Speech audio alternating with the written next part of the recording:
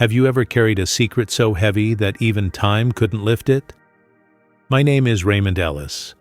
I'm 74 years old, and I live in a quiet corner of San Francisco, California. For most of my life, people knew me as a devoted husband, a loving father, a retired postal worker with good manners and a quiet smile. What they didn't know, what I never dared to share, is that I've always known I was gay. I got married young, just like everyone else around me did. Her name was Judith. She had golden hair and a laugh that made people turn their heads. And you know what? I loved her. I really did. Not in the way she deserved to be loved. Not in the way a woman dreams of being held by a man who sees only her. But I respected her, cherished her, and built a life with her. And for more than 4 decades, that life was enough. We had a daughter. We traveled. We built traditions. We built safety. But I never built freedom. Judith passed away 6 years ago. Pancreatic cancer. It was swift and cruel. In her final months, I bathed her, fed her, held her through the night when the pain got so bad her voice would tremble. And when she passed, something in me did too. But something else woke up. I remember sitting alone at the kitchen table weeks after her funeral, the silence so loud it nearly broke me, and I said out loud, to no one, "Now what?" That question haunted me, because what I really meant was, who am I now? I was no longer a husband. My daughter lived states away, with a life of her own.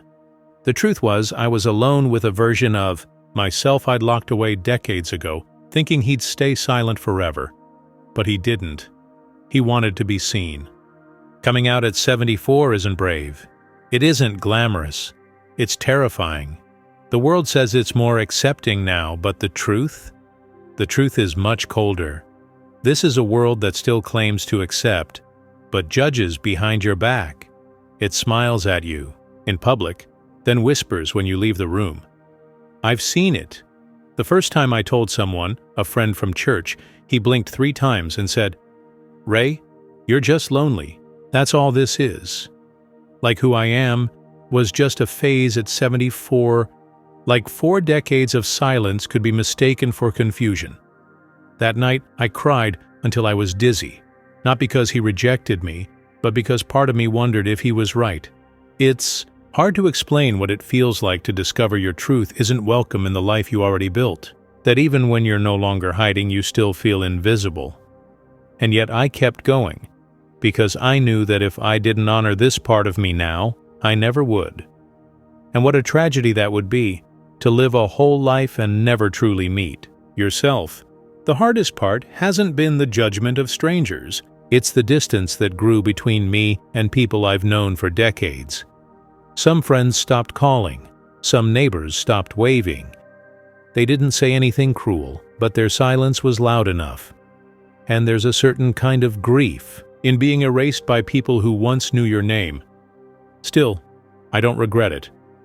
Because for the first time in my life, I can look in the mirror and say, this is me. Not half of me, not a polite version, just me. And that is something no one can take away. I walk differently now. I speak with more care. I listen more deeply. Because when you spend a lifetime hiding, you learn to appreciate even the smallest flicker of light. To anyone listening who might be carrying a secret of their own, I see you. And I hope my voice helps you believe that it's never too late to live your truth. Even in a world that still hasn't learned how to love us back, we can choose to love ourselves, and sometimes, that's where real freedom begins. I'll tell you more in a minute, but for now, I just want to thank you for sitting with me, for not turning away. That's more than most people have done, and it means more than I can say. I didn't expect healing to feel so lonely. After I came out, I thought the hardest part was over, but in many ways, that was only the beginning. For a while, I tried to keep my head up. I'd walk through the streets of San Francisco, coffee in hand, pretending I wasn't scanning every face, hoping for someone to really see me.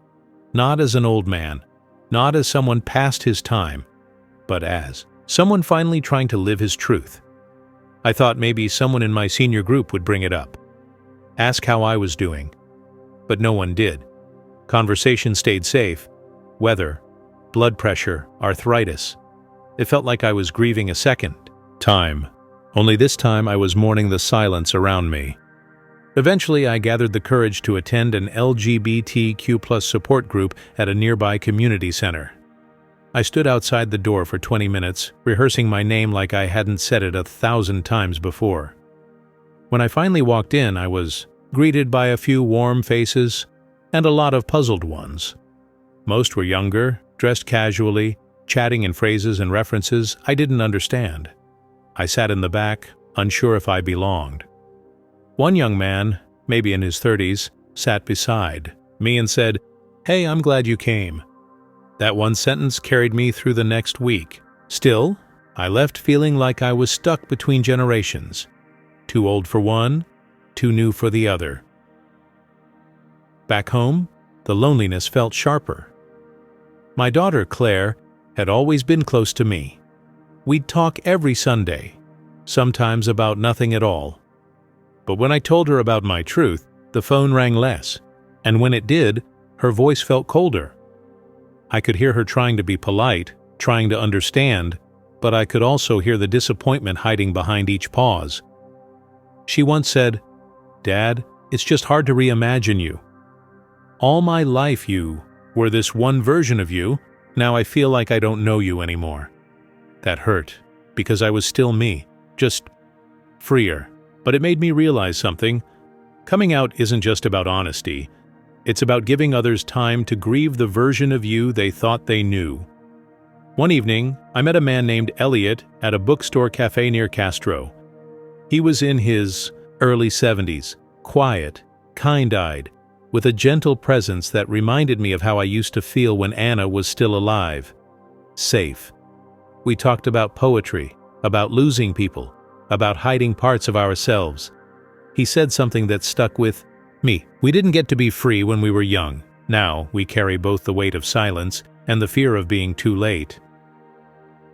It felt like he had cracked open a door I'd been too afraid to touch. For the first time, I allowed myself to imagine companionship, not just romantic, but human, soul-to-soul connection. Something deeper than physical touch, something sacred. But reality wasn't done, reminding me of the world I lived in. One Sunday, after brunch with Elliot, we walked hand in hand down the Embarcadero. Just two old men, hearts beating a little louder. A group of teens passed by and one of them laughed and shouted, "Gross! Go home, grandpas!" I froze. Elliot squeezed my hand gently, but I saw the hurt in his eyes. That moment shattered something in me, not because of what they said, but because of how quickly the shame returned. Decades of hiding, of pretending, of swallowing feelings, and here I was, still shrinking under someone else's opinion. That night, I sat alone in my apartment, replaying the scene over and over, and I realized something heartbreaking. This is a world that still claims to accept, but judges behind your back. And when you're older, the sting is deeper, because you expect wisdom from age, you expect progress. But the truth is, judgment doesn't age, it just changes tone. It becomes subtler. It hides behind smiles and well-meaning questions. And sometimes it shows up in the silence of your own family, in the hesitation of your own voice. But I made a choice that night. I wasn't going to let shame tuck me back into the box I had spent 71 years trying to escape. I didn't come this far to fold under ignorance. Elliot deserved more. I deserved more. I didn't know what tomorrow would look like, but I knew this. I would no longer apologize for existing in the fullness of who I am. The weeks that followed were quiet, but something inside me had changed. I began spending more time with Elliot, not in secret, not in shame, but in slow, deliberate presence. We would cook together, sit on park benches, laugh at things no one else would find funny, and sometimes we'd just sit in silence, hands brushing as if to say, "I'm here. I'm not going anywhere." It wasn't about romance in the way movies show it. It was about finding someone who saw all the years you've lived and still wanted to walk beside you for the rest that remain. One afternoon, my daughter Claire called.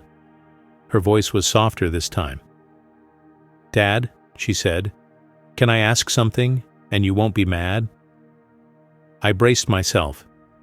Was it always there? This a part of you? I took a breath. "Yes," I said. "It was always there. I just didn't know how to name it, or maybe I was too afraid to." She was quiet. Then she said, "I think I've been grieving who I thought you were, but maybe it's time to get to know who you are." That moment, for me, was a kind of resurrection, not just of our relationship, but of hope. There are still days when I feel out of place, when I walk into a room and wonder if people are looking at me, not as Raymond, but as that old gay guy. There are still moments when the silence of some friends stings more than any word ever could, but I've learned something valuable. Truth is uncomfortable until it becomes familiar. And healing isn't always loud. Sometimes healing is in a quiet morning, coffee in hand, sitting across from someone who knows your story and stays anyway. And it's not just about Elliot, it's about reclaiming parts of myself I didn't even know I had the right to want. I joined a senior LGBTQ+ storytelling group. Every Thursday, we meet in a little room with folding chairs and drinks and coffee. And we tell our truths. Stories of loss, of love, of hiding, of finally speaking. There's a woman named Gloria, 78, who came out as lesbian after her husband passed, a man named James, 75, who said he's still afraid to tell his brother in Florida. We cry, we laugh, we hugged. And each week we stitch together a tapestry of survival, of truth, of becoming. I remember once at the group I stood up and said, "You know, I spent most of my life being the version of myself everyone else needed. Now I just want to be the version I needed all along." The room went silent. Then, applause. Because that's what this is really about. Not just coming out, but coming home. To yourself. And maybe that's all I really wanted. Someone to hear my story without laughing or turning away. I'm not here to be a symbol or to make a statement. I'm just a man who spent most of his life trying to be what the world expected, and who, finally in the quiet of old age, chose to be what he truly is. I don't expect everyone to understand, but if even one person out there feels a little less alone tonight, then maybe speaking my truth wasn't just for me, because the world still judges us, yes, even today, with its smiles on the outside and its whispers behind closed doors. But I've learned this. I'd rather walk alone in truth than be surrounded by people who only loved a mask. If you're watching this and you're hiding who you are, at 20, 50, or even 80, just know you are not alone. Your story still matters, and it's never too late to choose honesty over fear. Thank you for listening. Thank you for staying with me until the end. It means more than you know. I never imagined I'd share something so personal with the world, especially at this stage of my life. But maybe you see a bit of your own journey in mine. Have you ever hidden a part of yourself out of fear or shame, or found the courage to be honest, even when it cost you something? I'd be honored if you shared your story in the comments. And if this touched your heart, please consider liking the video and subscribing. It helps this message reach others who might be quietly searching for the same peace I finally found.